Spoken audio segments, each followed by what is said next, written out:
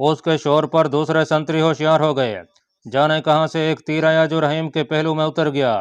وہ جوان اور توانا آدمی تھا، گرا نہیں، رضا کے ساتھ بھاگتا چلا گیا، مگر زیادہ دور تک نہ جا سکا۔ اس کے قدم ڈگمگانے لگے تو رضا نے اسے اپنی پیٹھ پر ڈال لیا۔ تیر پہلو سے نکالنا ممکن نہیں تھا۔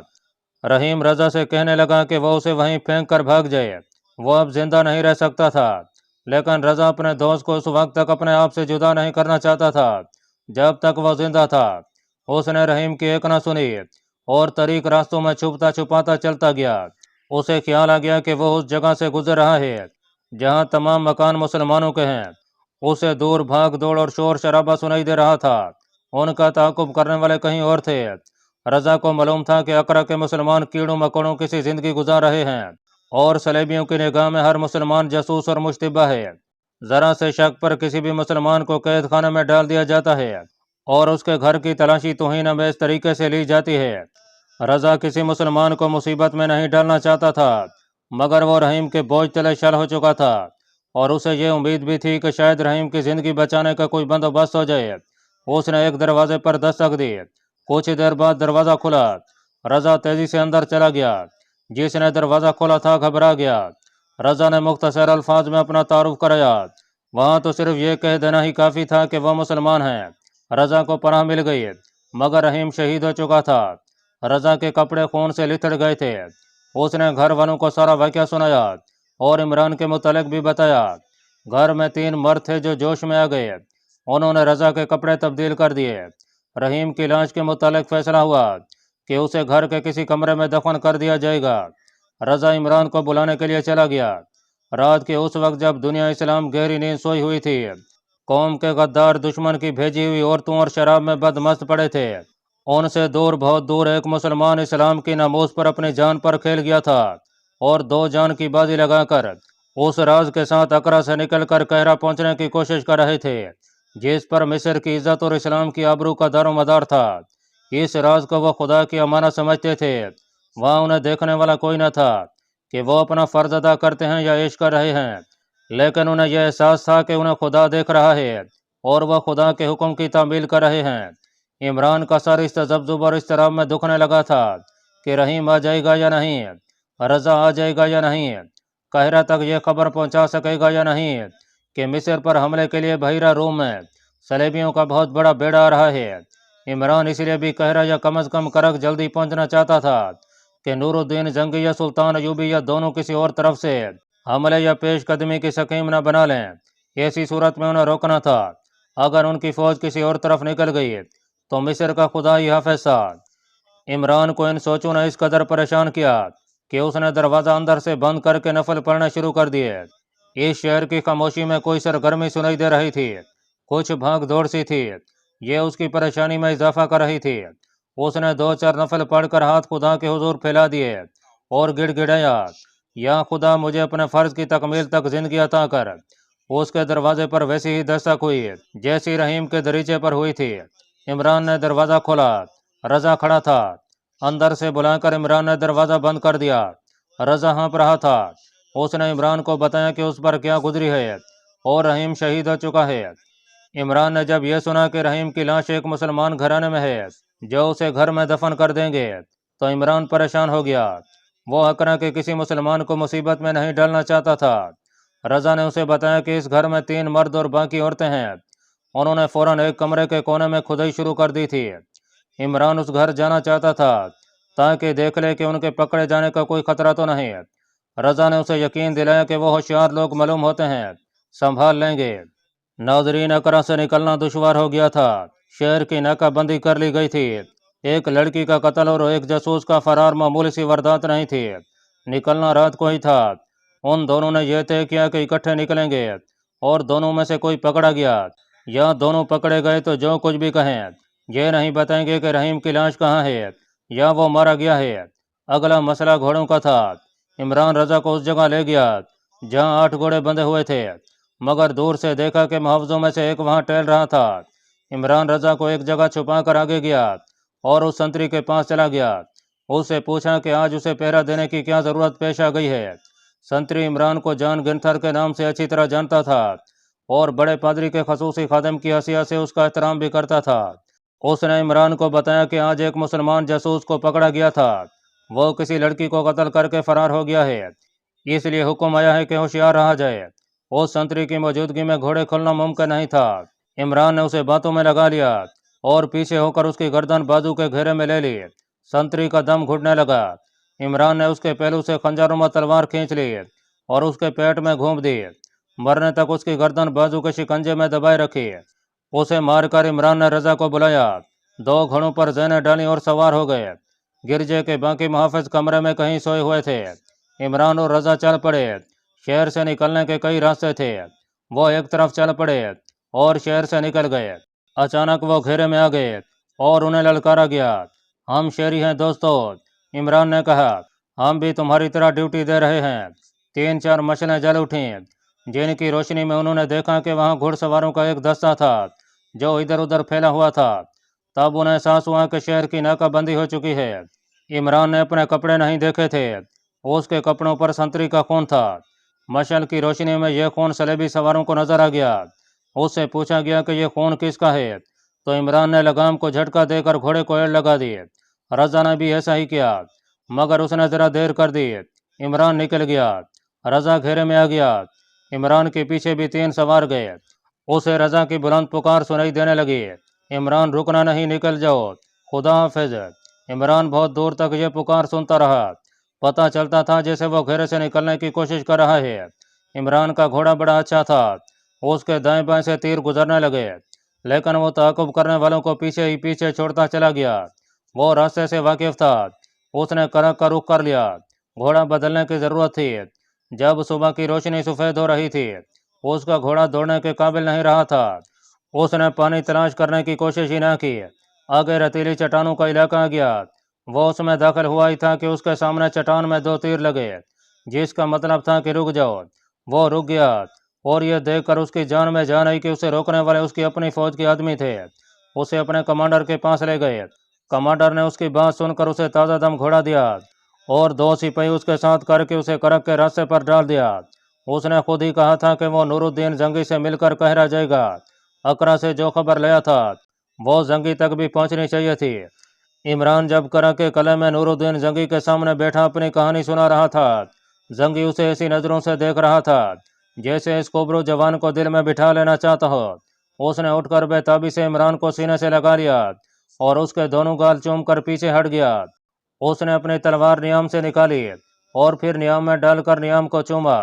اسے دونوں ہاتھ پر رکھ کر عمران سے کہا، اس وقت جب صلیب ایک خوفناک گدھ کی طرح چاند ستارے پر منڈلا رہی ہے، ایک مسلمان اپنے مسلمان بھائی کو تلوار سے بڑھ کر اور کوئی تحفہ نہیں دے سکتا۔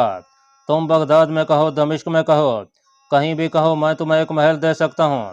تم نے جو کارنامہ کر دکھایا ہے اس کے صلے میں تم دولت کے انبار کے حقدار ہو، لیکن میرے عزیز دوست، میں تمہارے لیے محل کھڑا نہیں کروں گا، تمہیں دولت کی شکل میں صلہ نہیں دوں گا، کیونکہ یہی وہ چیزیں ہیں جنہوں نے مسلمان کو اندھا اور اپاہج کر دیا ہے۔ یہ قبول کرو، میری تلوار، اور یاد رکھو اس تلوار نے بڑے بڑے جابر صلیبیوں کا خون پیا ہے، اس تلوار نے بہت سے کلوں پر اسلام کا جھنڈا لہرایا ہے، اور یہ تلوار اسلام کی پاسبان ہے۔ عمران نور الدین زنگی کے آگے بیٹھ گیا اور اس کے ہاتھوں سے تلوار لے کر چومی، آنکھوں سے لگئی اور کمر سے باندھ لی۔ وہ کچھ کہہ نہ سکا، اس پر رکت طاری ہو گئی تھی اور اس کی آنکھوں میں آنسو آ گئے تھے۔ اور اپنی قدر و قیمت جان لو میرے دوست، زنگی نے کہا، ایک جاسوس دشمن کے لشکر کو شکست دے سکتا ہے اور ایک غدار اپنی پوری قوم کو شکست کی ذلت میں ڈال سکتا ہے۔ تم نے دشمن کو شکست دے دی ہے، تم جو خبر لائے ہو یہ دشمن کی شکست کی خبر ہے۔ صلیبی انشاءاللہ تعالی مصر اور فلسطین کے ساحل سے آگے نہیں آ سکیں گے اور ان کا بحری بیڑا واپس نہیں جا سکے گا۔ یہ تمہاری فتح ہوگی اور اس کا صلہ تمہیں خدا دے گا۔ مجھے قاہرہ کے لیے جلدی روانہ ہو جانا چاہیے۔ عمران نے کہا، دن تھوڑے رہ گئے ہیں، امیر مصر کو بہت دن پہلے اطلاع جانی چاہیے، تم ابھی روانہ ہو جاؤ۔ نور الدین زنگی نے کہا، میں تمہیں بڑی اچھی نسل کا گھوڑا دے رہا ہوں۔ اس نے عمران کو قاہرہ تک کا وہ راستہ بتا دیا جس پر کئی چوکیاں تھیں، ان پر قاصدوں کے گھوڑے بدلنے کا انتظام تھا، اور صلاح الدین ایوبی سے پہلی بات یہ کہنا کہ رحیم اور رضا کے خاندانوں کو اپنے خاندان میں جذب کر لو، ان کے خاندانوں کی کفالت کا انتظام بیت المال سے کرو۔ اس نے عمران سے پوچھا،